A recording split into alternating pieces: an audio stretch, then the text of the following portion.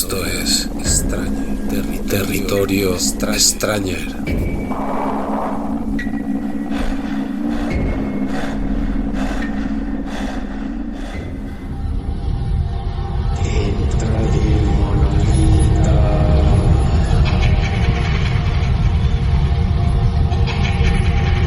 Bienvenidos amigos a Territorio Extraño.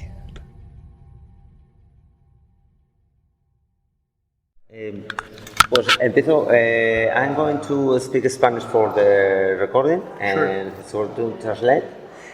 Nosotros somos redactores en una página web, en una website dentro del Monolito, Inside of Monolith, que se dedica a la literatura de terror, a la literatura de género y a la literatura de terror, y nos gusta pues hacer disecciones sobre las obras, hacemos reseñas, hacemos rituales, se publican muchos relatos de muchos autores diferentes. Y nos gusta experimentar, y siempre que nos dan la oportunidad aquí en el Festival Celsius, porque como yo soy una persona loca, Madman, me dejan entrevistar a gente que está fuera de mis posibilidades. Y que si no me da tiempo. His Roman, he's from a webpage that they does interviews and they read books and public their comments, and he's the madman. So here in the festival they allow him to interview people and he thinks normally are out of reach for him. They publish as well short stories of other authors, like to give them publicity and get to know other readers. Para nosotros es una gran oportunidad, for us it's a great opportunity, and we want to ask you about several things, sobre varias cosas de literatura. Leímos Bocadáver, fantástico. Gracias. Fantástico. Tengo la sensación que dentro de la novela y el relato, porque también me leí El pescador, que te mueves mucho más cómodo dentro de los relatos que de las novelas largas y que te gusta mucho contar historias dentro de historias. Me gustaría saber qué piensas tú, ¿dónde te sientes más cómodo? I have read Bocadáver and he have read The Fisherman. He feels that you might get more comfortable in the short story that in the novel writing novels, but he wants to know what do you think about that, is what are your comments? Sure. Sorry, I just forgot. He said also that he thinks that you like to get stories inside stories. A friend of mine shared a picture on Instagram, and it was a picture of a man who's holding a frame, and inside the frame is another frame. And inside that frame is another frame. And he said, "Hey, look, it's a John Langan story." My friends thought that was much funnier than I did. But it is true that I love the frame narrative. And it may be because my parents were both great storytellers, and it may also be because many of the books that I loved, Stephen King's Pet Sematary, there's a very important story inside that novel that explains a lot of the novel, but also Joseph Conrad's Heart of Darkness. Many of Conrad's stories are similar. So those two things, I think, converge for me. I like stories that are my own stories. When I write, tend to be long. Sorry, what? Tend to be long. Yeah. When I started writing, I wanted very much to write short stories because I thought if I can write many short stories, I can publish more. but I everything I write, or for the longest time, everything I wrote was longish, 10,000 words, 20,000 words. So the novel, The Fisherman, started as a story and just grew and grew and grew and grew. I was writing a novel called House of Windows, which is my first novel. And I wrote, and then I realized I'm writing a novel. And I panicked. And I said, I'll just write this other story. And then that became The Fisherman. So I was just in kind of novel mode. I think at this point, in some ways, I'm most comfortable writing the novella. So 100 to 200 pages, I think, is where I'm most comfortable. But I am working on another novel slowly. And the last thing, I know I'm going to keep going. The last thing I'll say is that when I started publishing professionally, I wanted to get invitations to publish. I wanted to be invited to all the anthologies. And I said to myself, if I ever, reach a point as a writer where I get all those invitations, I'm going to accept every one of them. Now, I do at this point get more invitations than I can accept, but I still try. And that gets in the way of completing a novel. Because you're like, I'll get back to the novel, but I just have to write this story about, an evil tape recorder. And so that also complicates things. Pues nada, dice que al principio ha dicho que un amigo suyo compartió una foto de un cuadro, dentro de un cuadro, y dijo, diciendo en el pie de foto, esto es una historia de John Langan. Y bueno, dice que sí, que es verdad que puede dar esa sensación porque sus padres eran muy buenos contando historias.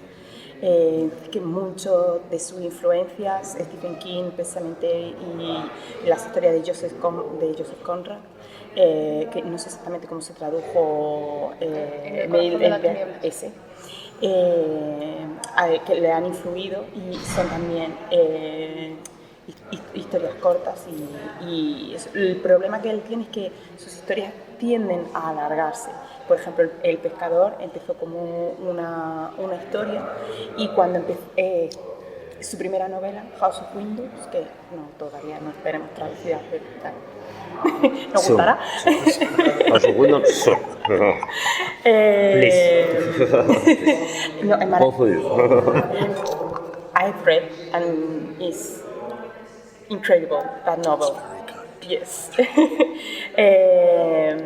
Pues claro, cuando estaba escribiendo House of Windows era también una historia y se dio cuenta de que estaba escribiendo una novela y entonces le entró un poco de pánico y dijo, voy a escribir otra historia. ¿Y qué pasó? Que empezó por El pescador.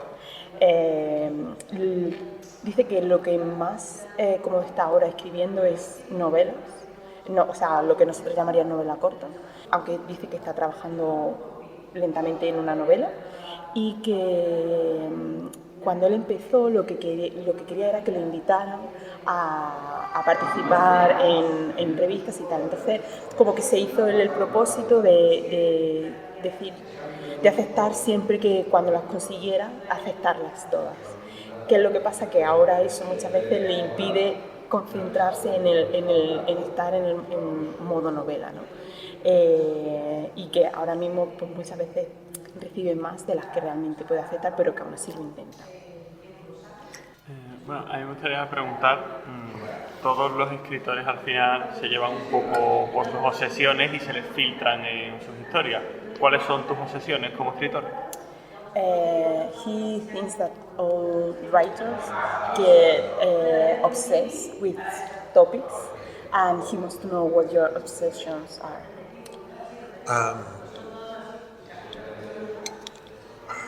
I think storytelling, the act of telling stories to one another to explain our lives to one another. But also, I think this is what attracts me to horror fiction, the feeling that, what's the right way to describe this? When something happens to you and the ground that you're standing on just drops away and you suddenly realize that what you thought was a safe and comfortable existence is not.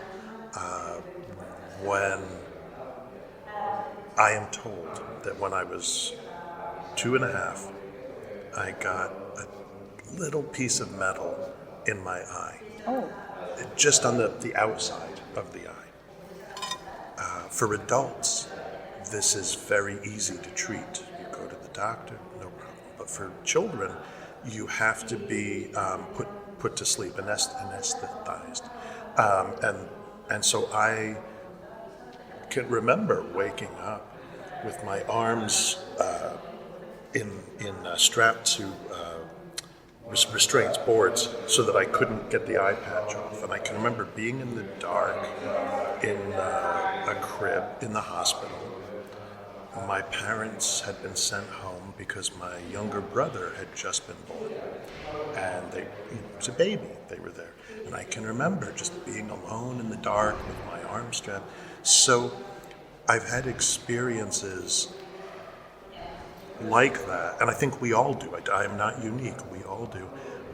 When I was 13, my father had 2 massive heart attacks that almost killed him. They didn't, he survived for another 10 years, but they changed everything. In one night, our lives were changed. So I think that experience, as I say, I think we all have experiences like that, and I see horror as one way that accesses the emotions of that situation, because those situations, I feel, create emotions, they generate emotions that are bigger than the events. And I think that horror allows us to engage those things. Bueno, para él el contar historias, el compartir las historias de unos con otros, historias sobre nuestras propias vidas, el contar, que es lo que tiene un poco la literatura de terror, ¿no? Cuando esa sensación de algo que te pasa que hace que el suelo bajo tus pies desaparezca, que son emociones o sentimientos que realmente no apelan a lo más íntimo, ¿no? Como por ejemplo cuenta que le han contado cuando tenía 2 años y medio, le entró un trozo de metal cerca del ojo, y que no es nada grave cuando es un adulto, pero para él tuvieron que dormirlo, poner anestesia, y entonces él se despertó solo en una habitación del hotel, como atado para que no se llevara la mano y tal. Sus padres no estaban porque su hermano pequeño acababa de nacer. Se despertó solo en la oscuridad y dice que todos hemos sufrido este tipo de situaciones, ¿no? Que no es único. Por ejemplo, creo que ha dicho cuando tenía 13 años, que su padre tuvo 2 ataques al corazón muy grandes, que no falleció en ese momento, que todavía duró 10 años más, pero fue una situación que lo cambió todo. Entonces, para él es como el terror, la literatura de terror, es la forma de acceder a ese tipo de emociones que llevan a otras emociones que son aún más grandes, ¿no? Es la forma de poder contar todas esas historias. Emociones que reaccionan, emociones. Pensamos en una corriente de opinión que dice que todas las historias, sobre todo las historias de género, las historias de terror, tienen un componente autobiográfico, about ourselves when we are writing, y después de leer Boca Cadáver el pescador, veo mucho parentesco y mucho grado familiar, y me gustaría saber la relevancia que tiene en tu día a día la familia, el pasado, los traumas a la hora de escribir tus historias, a la hora de inventar tus historias. He thinks there is like an opinion about how family and family relations affect us, affect you as writers.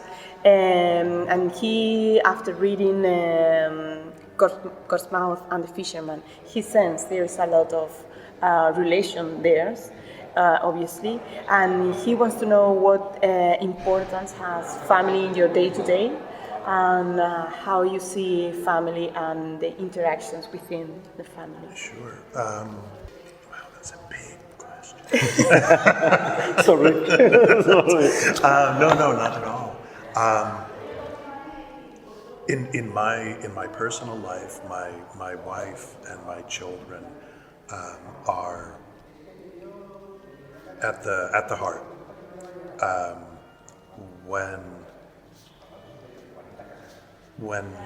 And my mother and my father and my brother and my sisters,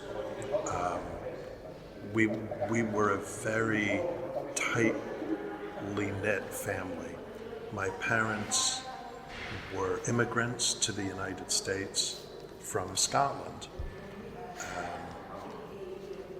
All of my relatives, almost all of my relatives, were in Scotland, Ireland, New Zealand. So that made us, as a family, very, very closely knit. You couldn't go to your uncles or your grandmothers if you were having a fight with your parents, you know. So it was good and it was bad. There was, in some ways, there was tremendous solidarity. In other ways, it was kind of claustrophobic. But so much of the experience I had first with my parents and my siblings, and then with my own children, with my wife, with my in-laws, has led me. I've drawn on that in writing my own fiction. I think, you know, there are many kinds, obviously, many kinds of horror fiction, and so you have Legati, where it's very strange, and there's one guy and he's sitting in a big room and there's a puppet, and everything is wrong, you know. And then there, you know, Stephen King, I suppose most dramatically, but Paul Tremblay. There were writers for whom family is an important part of the dynamics, and I think I see my work as more in that tradition. I think within my work, within my stories, I'm trying to write about, and I'm trying to write about characters that I hope the reader will empathize with in a very mundane kind of way, a very plain and ordinary kind of way, so that when I do terrible, terrible things to them, the reader will feel that, will empathize with that. Vale, para él su familia cercana, lo que es su mujer y sus hijos, están, pues bueno, en el centro de de él son lo más importante en su corazón. Pero también su familia, sus padres, con su hermano era una familia muy unida. Sus padres fueron inmigrantes a Estados Unidos desde Escocia y la mayor parte de su familia pues estaban allí, en Escocia, también en Nueva Zelanda, y estaban muy unidos. Y esa unidad y esa solidaridad que veían, algunas veces tenía sus puntos positivos y sus puntos negativos, se hacía algo como claustrofóbico, ¿no? Entonces, claramente eso lo ha influenciado, al igual que, por ejemplo, en Ligotti, Stephen King y Paul Tremblay, él encuentra que también la familia está en el centro de su literatura y de las dinámicas que ellos establecen en su literatura. Y dentro de sus historias en particular, él quiere que sus personajes sean fáciles de empatizar con ellos, para que cuando él les hace algo terrible, la gente lo sienta como que les puede pasar a ellos, o que realmente puedan empatizar, sí, pues eso con ellos, con eso, algo tan terrible que le está pasando. One more thing. Yeah. One of my other obsessions, I think, as a writer, is the persistence of the past and the influence of the past.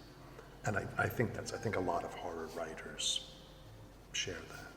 And I think that family is often a way that we experience that. I also think it's a way that, as a writer, you can dramatize that. You can enact that happening. Vale, dice que, como volviendo a la pregunta de las obsesiones, también le obsesiona mucho la influencia del pasado. Entonces, la familia, como dice, como a muchos escritores, la familia es una forma de experimentar esa conexión con el pasado. La literatura de terror te da la oportunidad de conectar con esa influencia del pasado a través de la familia. Me gustaría preguntar como al principio has comentado de que empezaste escribiendo un poco relatos, después te pusiste más en modo novela, ahora estás un poco más centrado con relatos por cómo ha avanzado tu carrera. ¿Cómo crees que ha evolucionado tu estilo desde que empezaste hasta ahora? ¿En qué cosas crees que has cambiado, que has mejorado, que le has dado la vuelta? He wants to know, because of what you were telling us before about going from short stories to novel to writing again novels and short stories, how do you think your style has evolved? What have changed and what have improved? Oh, I hope it's improved.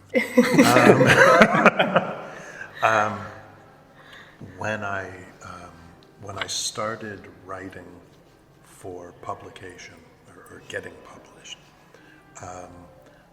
I very deliberately wanted to write in a different way than I was being told to write.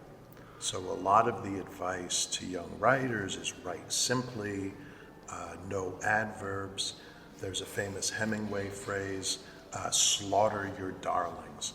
And I rejected all of that because the writers I loved, it seemed, rejected all of that. So I wanted to write long, elaborate sentences. I wanted to use as many adverbs as I felt like.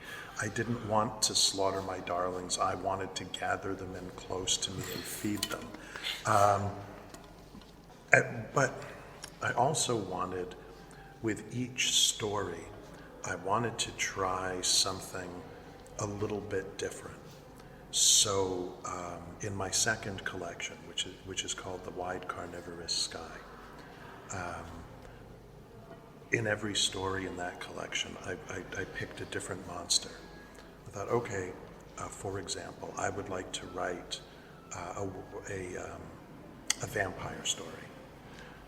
Okay, but the vampire, is always, people love it, but they also feel, the vampire. And so, Again. yeah, exactly. Yeah, right, exactly. Oh, I would feel yeah. that. Way too much. That's because you're good. So I wanted. Here we go. I thought, well, what is the typical vampire story? Or the vampire can only come out at night, and the vampire these days is very sexy, and the vampire is it's a bunch of the people who confront and deal with the vampire. They have access to Van Helsing. They have somebody who can tell them everything. So I thought, I'm going to turn all of that upside down, and I'm going to write a story a novella, as it turned out, that moves back and forth between the past and the present and so on. So I was trying to, and there, actually, my experiment with language there was to write in a somewhat more restrained way, because I was writing about soldiers who had been attacked by this vampire while serving in Iraq. And this thing attacks them. They have no idea what's happening. They're traumatized. And then it leaves, and the survivors are trying to understand what it was and so on. So I wanted in each story, and I still kind of want this, to experiment a little bit with style. So for example, to experiment with style, and then also to experiment to a certain extent with content. But I want to do so in a way that you still want to read. So I just finished a story I was invited to an anthology of songs that were supposed to be written in tribute to an American band called Neutral Milk Hotel. Neutral, Neutral, Yeah. Milk Hotel. Yeah. Milk Interesting of name. the white liquid. Liquid Neutral Yeah. Milk Hotel. Yeah. Some milk neutral. And I knew them a little bit. And this is an American band. This is an American band from the South, and from the same neck of the woods as REM. But I wanted to do this. I wanted to try to write a story in response to this band. That I was given a song that I had to respond to. So I wrote in this the most elaborate and ornate prose that I've written in a long time. And I wrote about a series of static scenes, and it was composed as if for the tracks on an album, the tracks on a record. So I don't, so I do stuff like that, but I also wrote another story about a minotaur in a bowling alley. Bueno, cuando él empezó a ser publicado, pues lo que hizo fue no seguir los consejos que se dan a los jóvenes escritores de escribe sencillo, escribe conciso y tal, porque él veía que toda su influencia y todos los escritores que a él le gustaban no seguían esos consejos. Entonces él siempre ha estado experimentando con su estilo e intentando ir como más allá, ¿no? Él pues, hace frases largas y elaboradas y él quería utilizar todos los verbos que estuvieran a su disposición. Él no quería, ha dicho, como... Slaughter your darling, de Hemingway. Sí. Sí, mutilar su texto, ¿no? Efectivamente. Y also, también, perdón, quería siempre estar intentando probar cosas diferentes. No solo con el estilo, sino también con el contenido. Por ejemplo, en otra colección de relatos que tiene que se llama White Carnivore Sky, sorry, él prueba con distintos monstruos en cada una de las historias. Entonces, por ejemplo, habla de vampiros, que vampiro, bueno, es como un tópico un poco manido que a todo el mundo le gusta, pero que luego en realidad es como, otra vez una historia de vampiro. Él quería probar cosas diferentes, siempre está el referente de las personas que se enfrentan a los vampiros, está Van Helsing. Él quería todo eso darle una vuelta. Entonces lo que hace es situar al vampiro en Irak, con unos soldados que están sufriendo allí la guerra, y intentó también experimentar con el pasado y el presente. Entonces la historia está continuamente moviéndose de un lado a otro, y también experimentar con el lenguaje. Intentó hacerlo más conciso y tal, puesto que los personajes eran soldados. Experimentar con el estilo, con el contenido, y siempre con la idea de que sea algo que se quiera leer, o sea, siga siendo atractivo a pesar de esta experimentación. Entonces, recientemente le pidieron para una antología un relato con la banda esta americana Neutral Milk Hotel, que es del sur de Estados Unidos, para que hiciera una historia. Entonces le dieron una canción de esta banda y él con esa inspiración tenía que escribir una historia, y intentó utilizar una prosa un poco más, ha dicho ordinary, como más común, no a lo mejor tan elevada, como más estática. Y lo organizó como si fuera la letra de una canción. Y luego también en otro, que un amigo suyo que le invitó también a hacer o participar en otra antología, pues utilizó a un minotauro dentro de una bolera, que es el minotauro que se te quiere comer. ¿Cómo? I thought he was playing and chatting to people. He is trapped in a room to decide.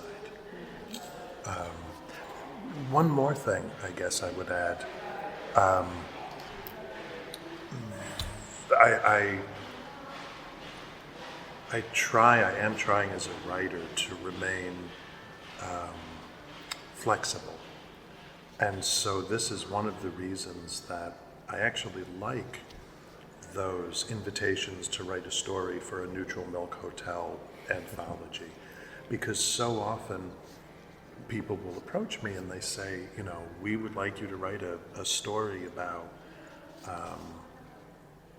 a mummy in Spain, in Aviles. And I'll think, it's a terrible idea. I couldn't do that.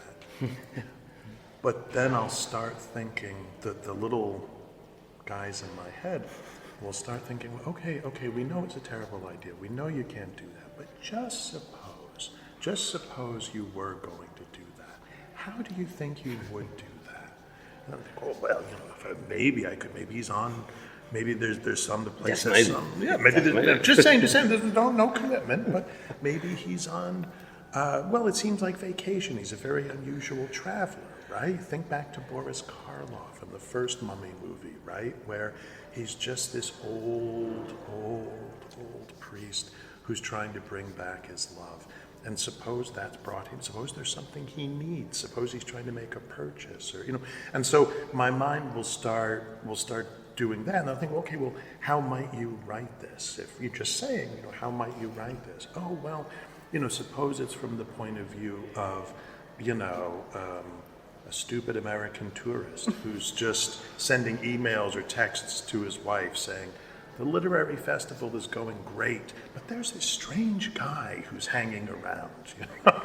So I find that often, every now and again, when people are doing fundraisers, they'll ask me to give them something for the fundraiser, and I'll say, tell whoever pledges the most money, whoever wins this gift, that I will write a story about the monster of their choice. Because then somebody says, I want you to write a story about a manticore. And I think, a manticore? Who can write a story about a manticore? But I have to do it, I've committed.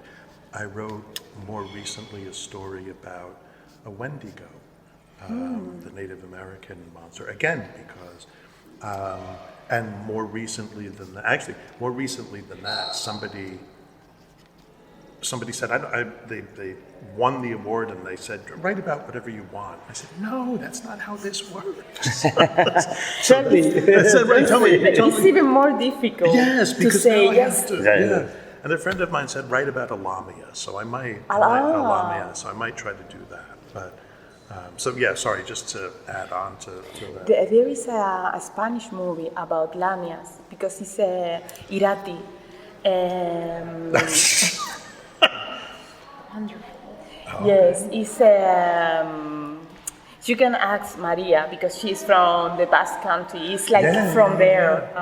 Okay. Yes, All right. it's Irati is the name of the film. Okay. Maybe it will help. Yeah. Maybe we can watch it all together. Just some popcorn. Vale, bueno, quería añadir que él siempre intenta ser flexible y más que ser flexible, permanecer flexible, no estar abierto a los retos, porque por eso disfruta con las invitaciones que le hacen a participar en antología. Entonces dice, este es el ejemplo, que si alguien le preguntara cómo podría ser escribir algo aquí en Avilés de... No me acuerdo qué es lo que... Sobre una momia. Sí, la momia. Eso. Dice que bueno, que entonces las personitas en su cabeza empiezan a decirle, bueno, pero es una mala idea, pero ¿y si pudiéramos hacerlo? ¿Y si pudiera, cómo sería? Y entonces a empezar a desarrollar, bueno, pues alguien que está de vacaciones, un viejo cura que quiere traerse a un amor de tal, ¿y cómo lo escribiría? Empieza a hablar con eso, pues podría ser a través como de emails con su mujer, de la persona que está de vacaciones aquí, que le está escribiendo que todo va bien en el festival, pero que hay un tío muy raro que parece una momia. Y entonces también ha hablado de una cosa que sale en Bocadáver, que le gusta participar cuando se hacen cosas benéficas para recaudar dinero. Que él siempre dice que bueno, pues el que se lo lleve, que le escribe un relato con el monstruo que esa persona decida. Entonces una persona, por ejemplo, le pidió que escribiera sobre la mantícora y de ahí salió un poco uno de los relatos, que recientemente ha escrito sobre el Wendigo y que ahora tiene que escribir uno sobre las lamias. You enjoy too much on writing. Too much. Okay, I don't know if you have time for 2 questions. Sure. I mean, I do. Do you? Yeah.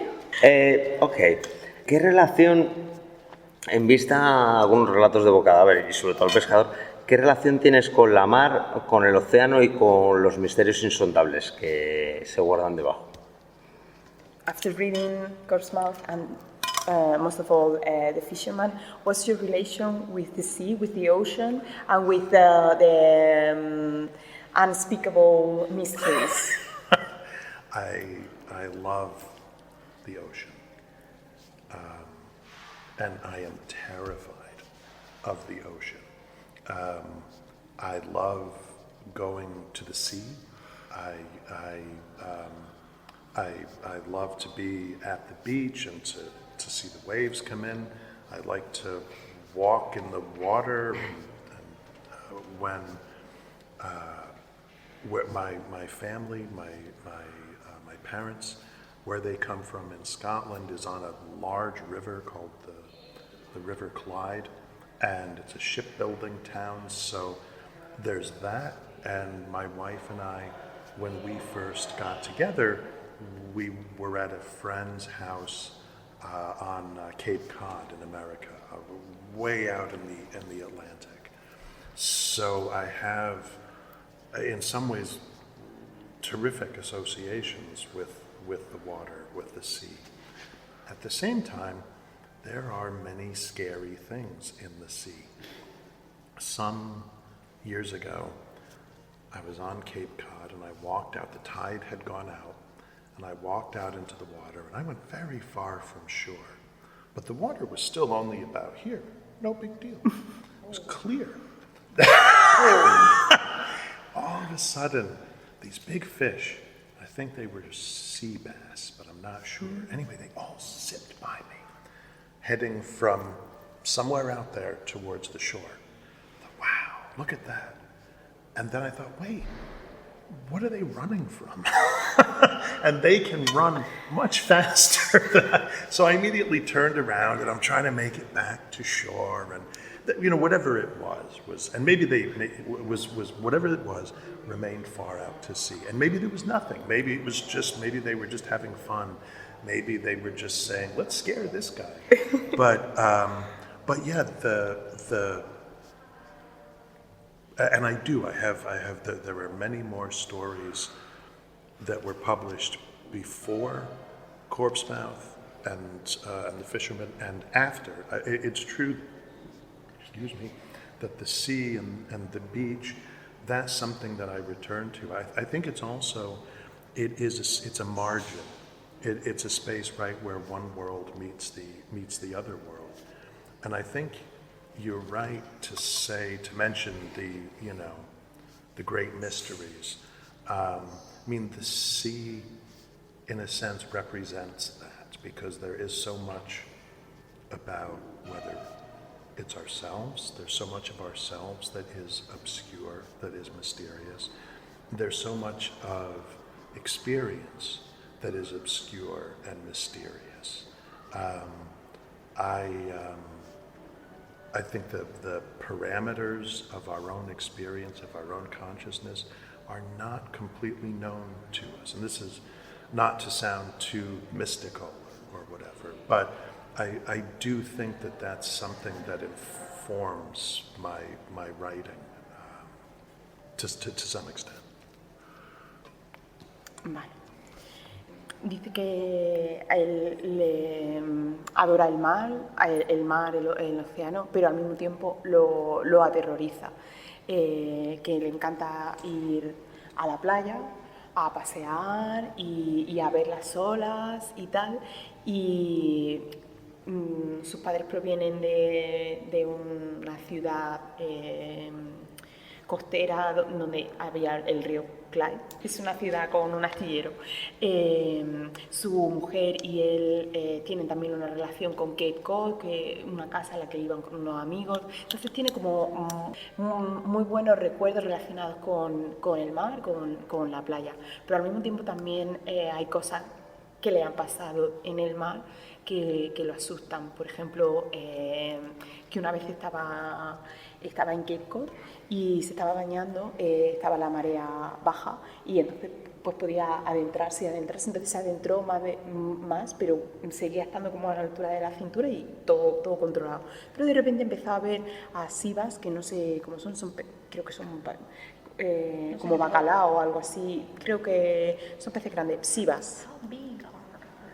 Yes. Vale, pues que vio las sivas que de repente empezaran como a ir desde el interior del mar como nadando muy rápido hacia la costa y él, pues claro, se asustó y empezó a correr también hacia la costa, pero pensó, ¿de qué huyen estos animales, no? Que él piensa que esto es algo que también le pasa a otros escritores, que tanto el mar, la playa, es como son los márgenes, es el margen en el que se encuentran dos mundos y que hay aún muchos de los grandes misterios que se encuentran representados por el mar, ¿no? Como algo de nuestra propia conciencia, que nosotros estamos relacionados con ella, algo en nuestro subconsciente, en el que hay mucha oscuridad y hay mucho misterio, muchas cosas que son desconocidas para nosotros aún. Last question, I promise. It's okay. It's okay. Last question. I am yours. Eres profesor de literatura gótica, de literatura creativa. Como profesor ya has contado antes que tesorerías los consejos como escritor de algunos profesores de literatura, pero ¿qué consejos darías tú a los escritores de terror? He said you are a professor of Gothic literature and creative literature. I used to. You used to be. Now I teach secondary school. Oh, really? Yes. Yeah. I don't know. But I'm still happy to I taught at the university for 20 years. Yes, that's what I read. Yeah. I taught creative writing, and I taught I taught introduction to writing classes, but then, I taught as I went on. I was able to teach more of the things I wanted to teach. And so I taught classes in what I called the transatlantic Gothic, which was just a fancy way of saying I wanted to read ghost stories written in America and England, basically. And I taught classes in film adaptations of Stephen King's work, which was very popular, and also in writers like Charles Dickens and Wilkie Collins, especially. Vale. Well, he wanted to know, although you've been telling us that you didn't follow the advice that were given to young writers. Yes. What are your advice for writers? Sure. Do what you want to do. Perfect. Well, it's That's all. here, Mom.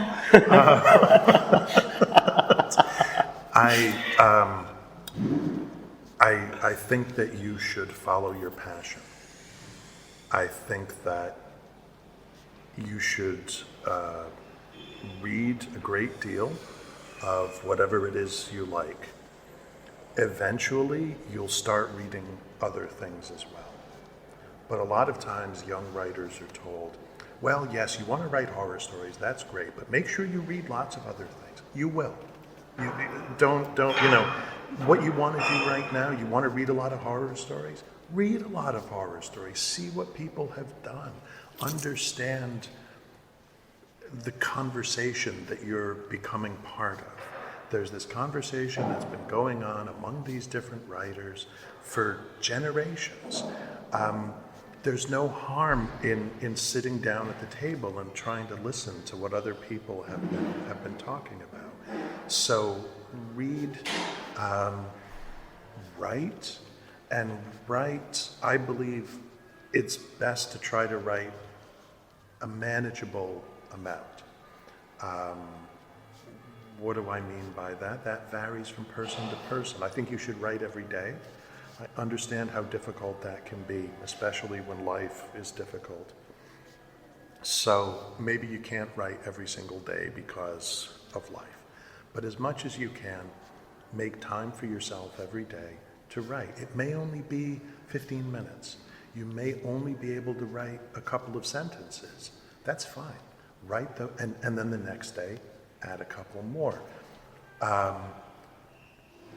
Which maybe goes to the other big thing you have to learn, and that's patience.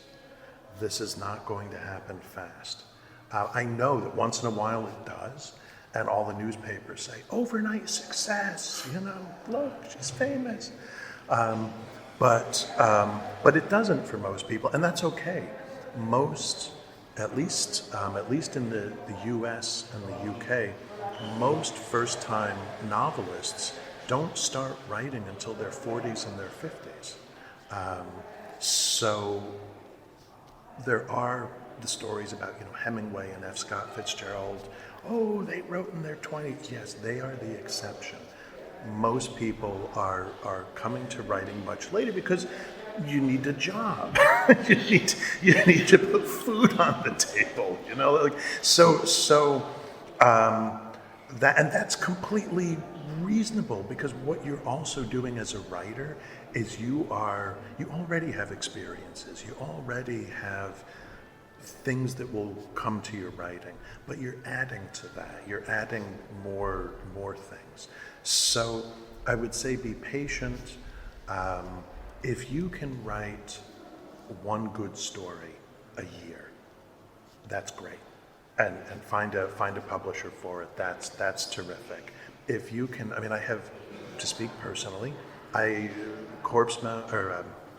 Fisherman came out in 2016 in English. That's 8 years ago, coming up on 9 years ago. I'm trying to write the next novel, but people have liked The Fisherman enough that they bring me to Spain to talk about it. So if you can write a successful story, a successful novel, the best novel you can write, the best story you can write, which is not going to be perfect. There's a story, an anecdote about the American writer William Faulkner. Faulkner went to New Orleans because he wanted to apprentice himself to another American writer named Sherwood Anderson. Anderson was the big deal.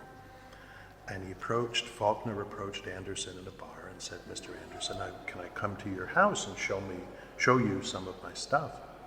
Anderson said, "Yes, of course." So Faulkner came around the next day and handed Anderson his manuscript, and Anderson said, "Is it perfect?" And Faulkner laughed and said, "Hell no." And Anderson got furiously angry, and he threw the manuscript back in Faulkner's face and said, "Get out." So Faulkner goes away, and he thinks about this, and he can't figure out, what do I do? I can't, Anyway, he finally comes back a week later to Anderson, and Anderson, "Oh, Mr. Faulkner, it's so good to see you. Come on in." And Faulkner says to him, "Would it be okay if I share this manuscript with you?" And Anderson looks at him and says, "Is it perfect?" And Faulkner said, No, but it's the best I can do." And Anderson said, "Good, okay then, we can go from there. So do the best you can." Bueno, lo primero que ha dicho, que hagas lo que quieras hacer y que sigas tu pasión, eso sería lo que él recomendaría, que se lea mucho también, pero que se lea lo que uno quiere en cada momento, que siempre hay tiempo para volver a eso que se supone que debes de leer, porque hay muchas veces que dicen, pues que quiero leer historia de terror. Sí, lee historia de terror, pero no te olvides de leer esto y esto. Bueno, pues no, lee la historia de terror porque esto y aquello ya te llegará después por otro lado. Dice que eso es lo que va a llevar a los escritores a entender qué conversaciones se están teniendo pues, dentro del género que te guste o en las conversaciones en las que tú vas a querer participar con tu propia obra, ¿no? Y siempre es muy útil escuchar lo que otros tienen que decir. Luego también recomienda escribir una cantidad que sea con la que te sientas cómodo, que sea manejable. Sí, manejable, efectivamente. Que el día a día, la vida es muy complicado, que hay que trabajar y que hay que hacer muchas cosas, pero si puedes escribir, aunque solo sean 2 frases, la cantidad variará en función de cada persona. Si puedes escribir una página 1000, si puedes escribir 2 frases, un párrafo, al día siguiente añadirás un poco más y así poco a poco irás teniendo. Pero sí, como ser un poco constante y sobre todo tener paciencia, porque el éxito o que te publiquen no va a llegar de la noche a la mañana, que siempre se habla en las periódicas, sí, la nueva promesa, a lo mejor son personas que llevan en realidad trabajando en ello muchísimo tiempo, que siempre hay excepciones, pero la mayoría de las personas pues no somos esa excepción, que en Estados Unidos y Reino Unido lo que pasa es que los escritores llegan a tener cierta relevancia tal a partir de los 40 o los 50 o a ponerse a escribir a partir de los 40 o los 50 porque se necesita tener un trabajo y comer y esas cosas. Entonces, al final todos tienen experiencias y lo que sé es continuamente añadir más a ese bagaje, ¿no? Que si él dice que si puedes conseguir una buena historia al año, que eso ya debería ser algo con lo que te pudieras sentir cómodo. Ha puesto el ejemplo, hablando de él personalmente, por ejemplo, El pescador salió en inglés en 2016, que han pasado ya 9 años, y que bueno, pues en esos 9 años pues ha tenido la oportunidad ahora de estar aquí y de estar en España hablando de él. Que escribas lo mejor que puedas. Puede que no sea perfecto y entonces es cuando ha puesto la anécdota de Faulkner con Anderson, que Faulkner fue a Nueva Orleans a visitar a Anderson y que la primera vez le llevó un manuscrito y Anderson le preguntó que si era perfecto y el otro dijo que no, para nada, y entonces el otro lo tiró y cuando una semana después Faulkner volvió, le dijo, es perfecto, y le volvió a decir, pues no, pero es lo mejor que puede hacer. Y entonces a partir de ahí sí que pudieron trabajar y eso. O sea que ese sería su resumen. I think that's a good ending for the interview. We can talk all afternoon. evening, and probably we kidnap you and take to our homes for continue talking. But you want to live, you want to work, so pues, thank you so much. Thank you for these were great questions. This was a great conversation. We try you. This is a good time for you. Understanding that an interview was. That is why I'm here. I feel if I'm your guest, then I should be available to you. Do you know the American writer Joe Lansdale? Mm-hmm. So I was at a convention he was at, and he was a guest of honor, and he was completely available. People would just come up to him and say, "Mr. Lansdale, come and sit right down. And I thought, that's how you're supposed to be. That's how you're supposed to be. You're here as a guest. You're not, people have come here to see you. Don't be a jerk.